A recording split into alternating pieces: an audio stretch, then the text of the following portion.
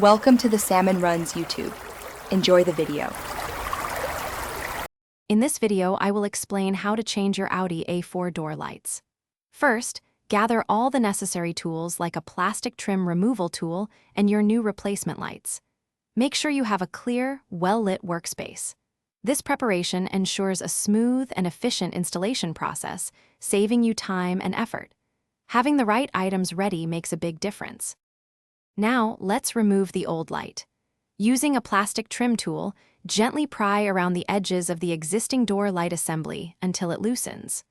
Once it's out, carefully disconnect the electrical connector by pressing the small tab and pulling it apart. Remember to be gentle to avoid scratching your door panel or breaking any clips. With the old light removed, it's time to install your new one.